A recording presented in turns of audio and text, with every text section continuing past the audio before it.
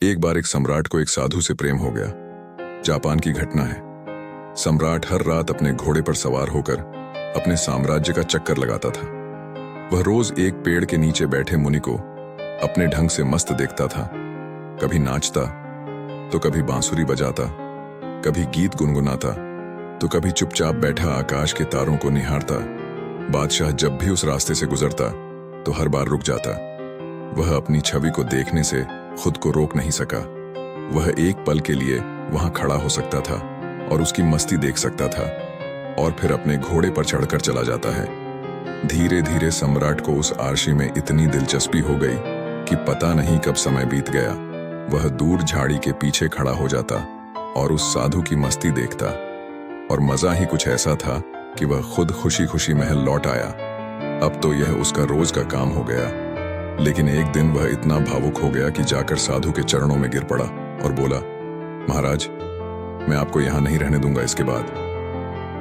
वर्षा आर्तु निकट है, यह एक वृक्ष है। वर्षा ऋतु में तुम इस वृक्ष के नीचे कैसे रहोगे?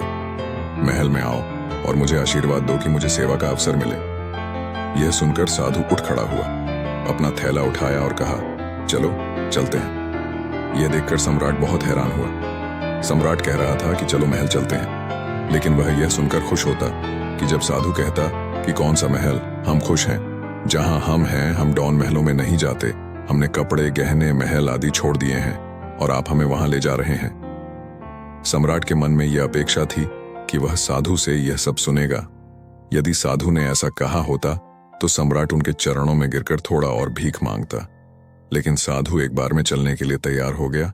इससे सम्राट को थोड़ा झटका लगा। वह सोचने लगा कि कहीं मुझसे कोई गलती तो नहीं हुई है। क्या इस आदमी ने फिर से मेरे साथ कोई चाल चली है? क्या यह महल में प्रवेश करने की चाल है कि यहाँ बैठे बांसुरी बजा रहे हैं? जब तक मुझे उससे प्यार नहीं हुआ, क्या यह मेरे ऊपर जाल नहीं फेंक रहा था? क्या यह केवल मछली पकड़ने का कांटा नहीं था? मैं मूर्ख हूं जो इस जाल में फंस गया हूं। अब कुछ कह भी नहीं सकता। बोलने का मौका ही नहीं दिया। एक बार भी उसने नहीं कहा, नहीं नहीं, मुझे यहां बहुत मजा आ रहा है। चाहे गर्मी हो या गर्मी बारिश, हमारे लिए सब एक समान है। बादशाह ने साधु की ओर देखते हुए मन ही मन सोचा, क्या संत है। विलासिता की बात आने पर वह तुरंत मान गया। सम्राट के मन से साधु के प्रति सारा सम्मान उठ गया। सम्राट यह सब सोच ही रहा था कि तब तक वह साधु सम्राट के घोड़े पर बैठ गया। जल्दबाजी में मैंने इस साधु को पहचानने में बहुत बड़ी गलती कर दी, लेकिन अब सम्राट अपनी बात से मुकर भी नहीं सकता था। अपने वचन के पक्के थे। सम्राट ने मन ही मन कहा, अब तो महल में पड़ा रहेगा। इतने फालतू पड़े हैं, अब वह भी करेगा। लेकिन अब सम्राट के मन से उस साधु के प्रति प्रेम और सम्मान बिल्कुल नष्ट हो गया था। साधु महल में चला गया और आराम से रहने लगा। लेकिन बादशाह की परेशानी दिन ब दिन बढ़ने लगी, क्योंकि वह सन्यासी बड़े मौज मस्ती में रहता था। सम्राट को सन्यासी से ईर्ष्या होने लगी। जब यह सन्यासी जंगल के वृक्ष के नीचे सूखी रहा करता था तो सम्राट के मन में उसके प्रति आदर पैदा हो गया। क्या गजब का त्यागी है, उसके पास कुछ भी नहीं, फिर भी इतना आनंदित। साधु वृक्ष के नीचे बांसुरी बजाता था और महल में भी वह बांसुरी बजा रहा है। और फर्क सिर्फ इतना था कि यहाँ वे मखमली गद्दे पर बैठकर बांसुरी बजाते थे। ये सब देखकर सांप दौड़कर सम्राट की छाती तक पहुंच जाते हैं। मैं कैसा आदमी लाया हूं, क्या यह साधु है? बादशाह से भी ज्यादा ऐशो आराम से रहता था। बादशाह को भी कुछ चिंताएं थीं।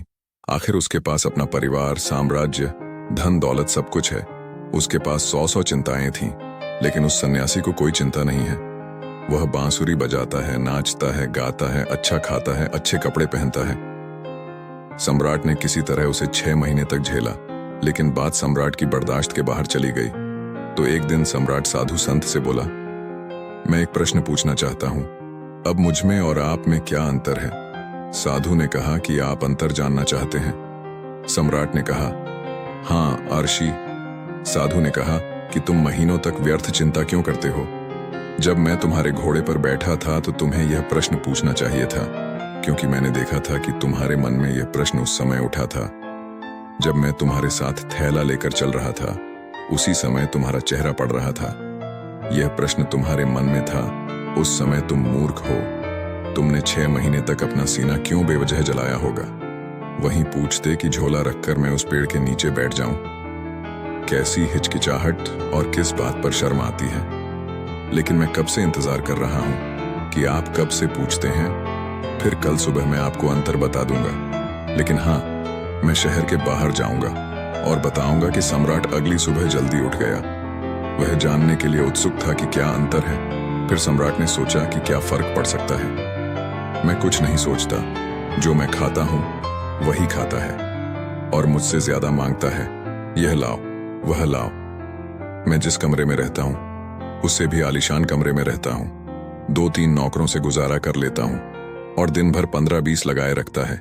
इसकी जरूरतों का कोई अंत नहीं, मांगता चला जाता है। फैंसी कपड़े पहनता है। जो कोई भी उसे देखेगा वह समझ जाएगा कि यह मेरा मंत्री है। लगता है खुद इस महल का बादशाह है। कम से कम महल के बाकी लोग तो मुझसे डरते हैं, लेकिन इसकी आंखों में डर नाम की कोई चीज नहीं है। वह दिन भर बस अपनी मस्ती में बांसुरी बजाता रहता है, दिन भर अपनी मस्ती में। सम्राट सुबह सुबह साधु के कमरे में पहुंचे। वहां पहुंचकर उन्होंने जो देखा वह विस्मयकारी था कि साधु ने वही पुराने कपड़े पहने हुए थे जो उन्होंने इस्तेमाल किए थे। वृक्ष के नीचे बैठकर धारण करना, एक हाथ में झोली और दूसरे में बांसुरी लिए तैयार खड़ी थी। बादशाह को देख साधु ने कहा, चलो साहब चलते हैं। इसके बाद वे दोनों महल से बाहर आ गए। चलते चलते शहर की नदी पार कर ली। कुछ देर बाद वे शहर से बहुत दूर आ गए। सम्राट ने पूछा कि और कितना चलना है। साधु ने कहा कि सुबह से दोपहर तक चलने में थोड़ा समय और है। तो सम्राट ने कहा, अब और नहीं, बस कहो, आप जो कहना चाहते हैं। साधु ने कहा, मैं आगे चलता हूं, तुम मेरे साथ चलो या नहीं। सम्राट ने थोड़ा गुस्से से कहा कि मैं कैसे चल सकता हूं। मैं तुम्हारे जैसा भिखारी नहीं हूं जिसे मेरी पत्नी, मेरे बच्चे, मेरे धन, मेरे साम्राज्य की परवाह नहीं है। सब कुछ मुझसे जुड़ा हुआ है।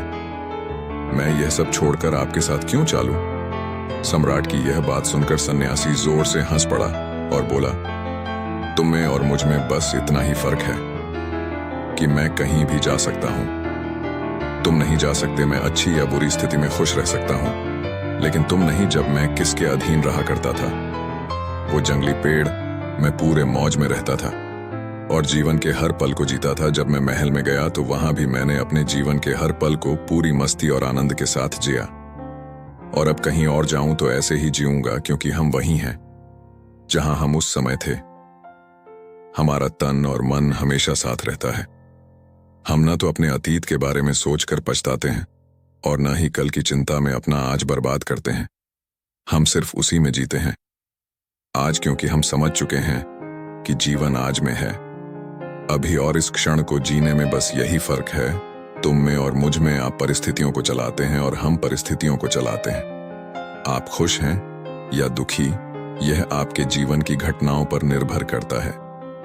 लेकिन हमारे लिए ये घटनाएं जीवन का एक हिस्सा मात्र हैं, जिसे हम जरा सा भी विचलित हुए बिना छोड़ देते हैं।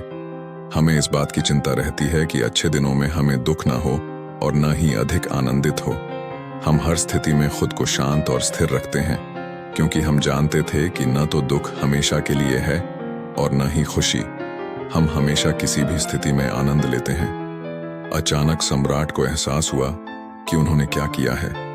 जो एक ऐसे अद्भुत व्यक्ति के साथ रहे, उसे 6 महीने के लिए एक दिन भी सत्संग नहीं कर सका।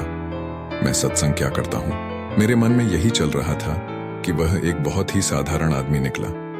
यह सोने की पॉलिश वाला खोटा सिक्का निकला, लेकिन अंदर से मिट्टी का निकला। ये सब विचार आते ही सम्राट ने तुरंत साधु के पैर पकड़ ली और कहा, नहीं महाराज, मैं आपको आगे नहीं जाने दूंगा। साधु ने कहा, देख, मुझे कोई दिक्कत नहीं है। ये रहा आपका घोड़ा, मैं फिर से उस पर बैठूंगा और फिर वापस महल में जाऊंगा, पर फिर तुम फिर संकट में पड़ोगे।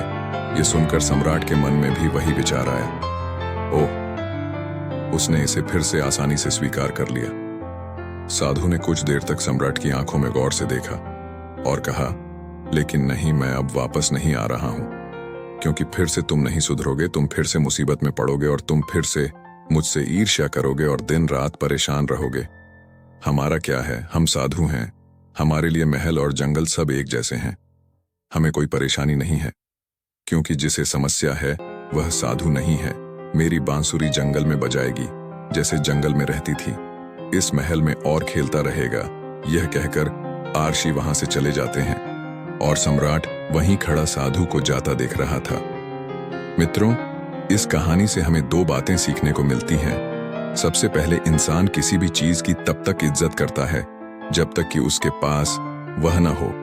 फिर जब आप उस शख्स के पास वापस आ जाते हैं तो इंसान उसे इज्जत देना बंद कर देता है, और तब उसे अपनी गलती का एहसास तब होता है जब वह वस्तु या व्यक्ति उसके जीवन से चला जाता है।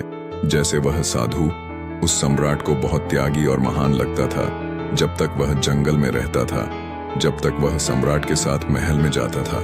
सम्राट ने उसका तिरस्कार किया और कोशिश की, लेकिन जब वही आर्शी सम्राट से दूर हो गए तो सम्राट ने उन्हें उपयोगी पाया। इसलिए किसी भी व्यक्ति को बहुत सोच समझकर अपना बनाओ, और जब तुम अपने हो जाओ तो उसे अस्वीकार मत करना।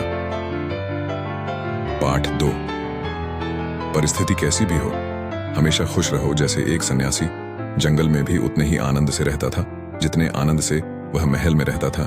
जीवन जीने का सही तरीका है सुख और दुख के लिए समान शब्द होना। श्रीमद् भागवत गीता में भी यही बात कही गई है, और यही बात गौतम बुद्ध ने अपने उद्देश्यों में कही है। जो बीत गया उसके लिए पछताओ मत, भविष्य की चिंता मत करो। बस वर्तमान क्षण को पूरी जागरूकता और खुशी के साथ जियो, फिर तुम्हारा जीवन सुख और शांति से भर जाएगा।